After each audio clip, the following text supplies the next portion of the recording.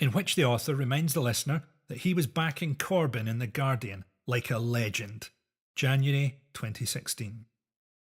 Corbyn sounds like a dreadful town, dresses like a catalogue model for the Sue Ryder shop, and won't look significantly different when he's been dead for a week. It took him so long to bring out his reshuffle statement that people were counting his milk bottles. The Tories have been offering us a cocktail of incompetence and malice, and Labour haven't done anything to draw attention to it. It's been like watching Mehmet Ozil drop perfect crosses onto the head of an increasingly frustrated Stephen Hawking. Even Labour MPs must secretly wish they could stop knocking Corbyn and focus their attack on their real enemy, the party membership. And yet, who doesn't want to see Corbyn elected? Can you think of anything more ridiculous than a man of principle being inexplicably elected to high office? It'll be like a Peter Sellers movie.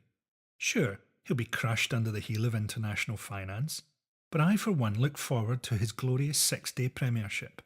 His brief reign will be a high point for modern Britain, a time that we will commemorate every year by leaving ironic poppies balanced on the lip of the missile crater where his house used to be, a time we will reminisce about fondly during the 5-minute socialisation breaks when they lower the dividing walls between our work cubes.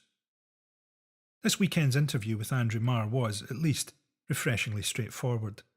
Corbyn said he'd like to see talks with ISIS. Almost immediately, the Shadow Chancellor said he couldn't imagine anyone having talks with ISIS.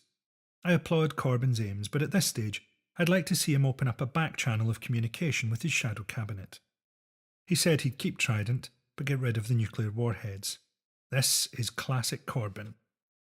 He's using his experience from the allotment, and what he's saying is, let's put the nuclear weapons in the shed.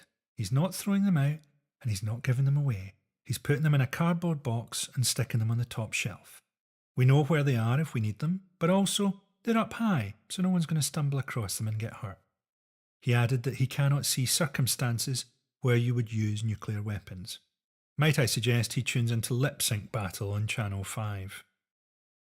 There's been a thread of coverage implying that Corbyn is a decent guy, but he clearly doesn't understand how the world works, ignoring the fact that for the majority of people, it doesn't. Corbyn is in a unique position. He knows that the media is trying to portray him as slightly mad, but can't mention this without sounding completely insane. Coverage is undoubtedly biased. Take, for example, the recent reshuffle, which forced the media to conclude that he was both weak and ruthless. Corbyn hiring more women than men was ignored, whereas Cameron hiring a 1/3 female cabinet was hailed as a triumph for feminism. In any case, feeling good about ourselves simply for allowing some kind of plurality in public life probably means that we're a fairly dreadful country. Canada has just appointed a cabinet 50% female, with Indigenous, Sikh and disabled members. And that's Canada, a country with all the daring forward thinking of a defrosting lasagna. Pat McFadden, a man who said government actions couldn't be blamed for angry marginalised groups, is still angrily shouting that it's unfair his party have marginalised him. McFadden was sacked for saying terrorists have 100% responsibility for their own actions, and has since used his whinging, like some kind of high-pitched mating call to the news networks, to bemoan the fact that he's been held fully responsible for his actions. It feels like we currently know what every Labour MP thinks about everything. I know more about what each Labour MP thinks than I learn about next door's cat in an hour's phone call with my mother. Emily Thornbury seems a good appointment.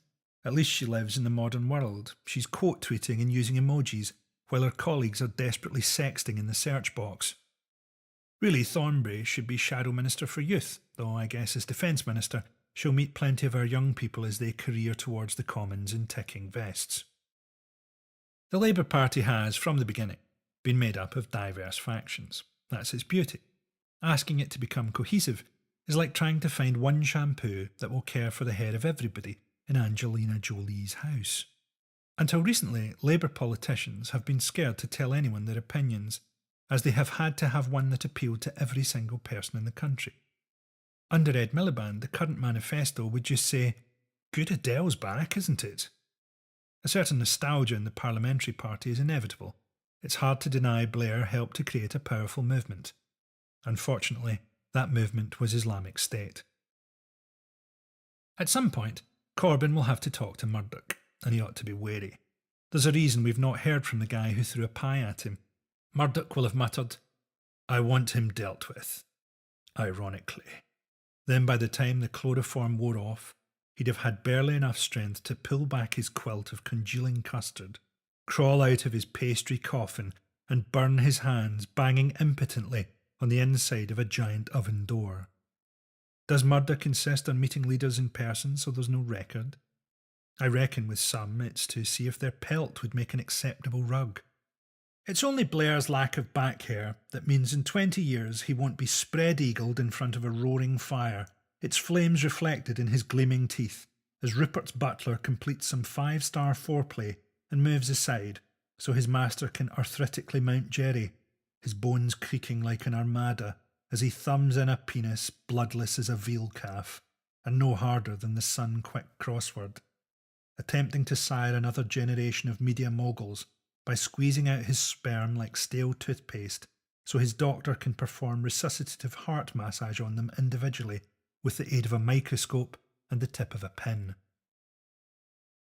Of course, the representation of Labour in corporate media is going to be everything David Cameron could hope for because he, Murdoch, and pretty much everybody they know, works for the same boss, financial and corporate interests. Cameron is middle management and Murdoch is more senior, something high up in their PR department. Another problem for Corbyn is the intrinsic conservatism of the concision demanded by news shows. It's difficult to explain why an ingrained assumption is wrong in a soundbite, and it's to his credit that he can't seem to be bothered trying. Then there's the overwhelming lack of context in our news coverage. How many stories about the US's recent deal with Iran mention that the US overthrew the Iranian government in a 1953 CIA-backed coup? As bias there. No doubt if Russia had sponsored a coup in Iran, it would have made it into the news coverage. But there's another reason this happens. Removing context makes it much easier to engage readers with emotions like surprise or outrage. Our news media instinctively removes context because, look at this inexplicable shit that just happened, sells more papers than the more depressing, look at this inevitable shit that will no doubt keep happening. Faced with this level of inherent bias, the rhetoric of anti-austerity is failing in a few ways. The first is that it tries to construct a persuasive moral argument against a case for austerity which hasn't been framed morally. It has been very effectively framed as a necessary evil. In any case, I've always found the idea of speaking truth to power faintly ridiculous. Powerful people are generally quite well aware of what they're doing and, should you ever make it past a security, will respond to your truth-speaking with a look that says, you don't know the half of it. The thing you can rely on about self-interested people is that they won't really be interested in you.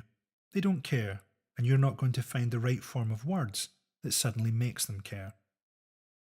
Another failure in left-wing rhetoric is that it imagines that decades of cultural programming can be undone by retweeting an empowering slogan.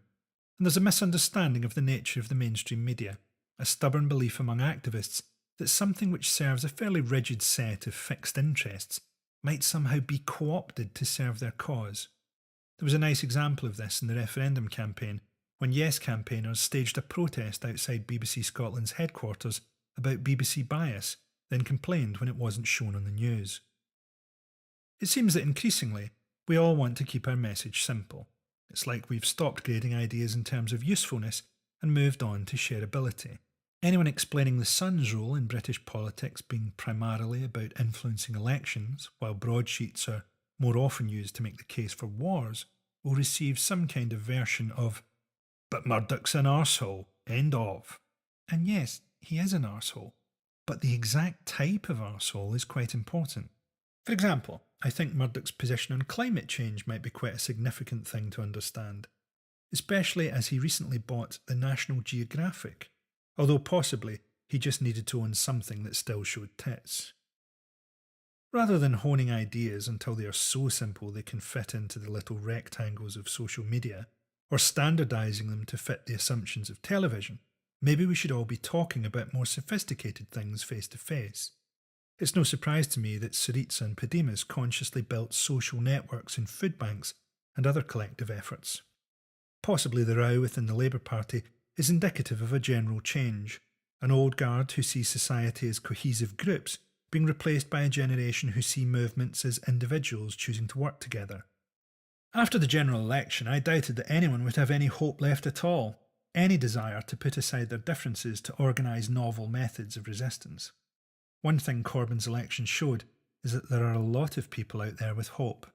I very much doubt that it can survive the drafty meeting halls, cherished hatreds and bureaucracy of the Labour Party.